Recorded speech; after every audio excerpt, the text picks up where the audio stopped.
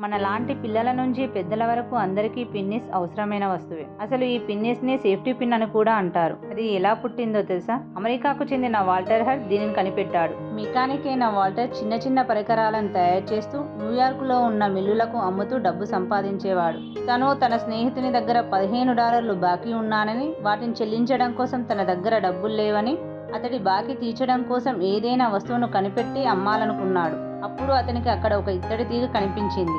వెంటనే దాన్ని తీసుకొని అటు ఇటు తింపుతూ దానిని తయారు చేశాడు. అలా తయారు చేసిన దానికి సేఫ్టీ పిన్ అని పేరు పెట్టాడు. దానిని WR గ్రేస్ కంపెనీ వాళ్లకు $400లకు అమ్మాడు. వచ్చిన డబ్బులను $15 తన స్నేహితునికి బాకీ తీర్చాడు. మిగిలిన మొత్తాన్ని తన ఖర్చుల కోసం వాడుకున్నాడు. ఆ సేఫ్టీ పిన్నుకు పేటెంట్ అని పేరు వచ్చింది. ఆ తర్వాత కొన్నేళ్లకే గ్రేస్ కంపెనీ వాళ్ళు ఈ పెద్ద ఎత్తున ఉత్పత్తి చేసి లక్షలాది డాలర్లను వ్యాపారం చేశారు. ఈ పిన్నిస్ ప్రపంచవ్యాప్తంగా పరిచయమైంది.